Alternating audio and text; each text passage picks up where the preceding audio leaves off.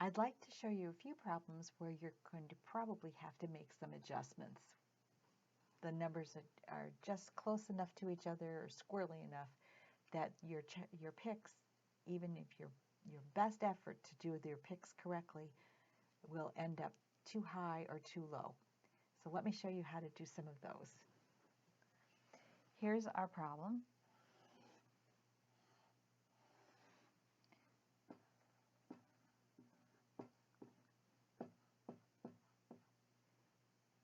We're going to decide where our first answer is going to go. 2 is too small, 26 is too small.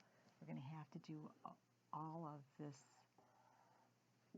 260 and think of it as 40 because 4 doesn't have any power to bump the 4 tens into the 50s category. So we're going to be thinking of 40. 4 goes into 2, no, 4 goes into 26. 6 times 4 is 24. So let's use a 6, and we have one digit left showing, so that becomes a 0. Now our multiplication with our real divisor, get rid of our 0. 6 times 4 is 24, carry 2. 6 times 4 is 24, 25, 26. When you take this number out to subtract it, you can see that it's too large. And it's too large by just a little bit, too. But 60 was too much. We took too much, and it was the carrying that we did with the multiplication that bumped our actual figures into a position where we really couldn't use it because we can't do the subtraction. You did everything right. You did the estimation right, the rounding, the boxing it off, the whole thing was correct. But the numbers were just squirrely enough that we can't use it.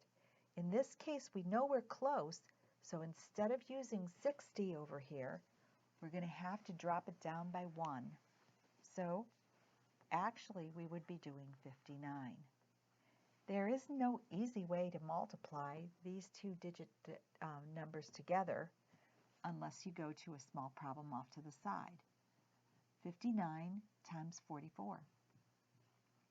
At least we have our double numbers on the bottom. We can take advantage of that, the doubledness with our multiplication. 4 times 6 is 36, carry 3. 4 times 5 is 20, and 3 more is 23. We'll use a placeholder here, or just X off that column because now we're in the tens column. We're doing actually 40 times 9 and 40 times 5 tens. And it's going to multiply to 236, so we'll just shift it over and copy our number. 6, 9, 5, and 2. This is the number that needs to be in this position that we're going to subtract off here. So 2596 goes out to get subtracted. There's a regrouping that needs to be done way over here in the hundreds column.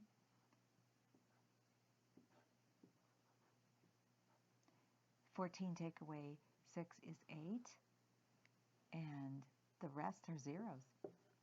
So here's our remainder already.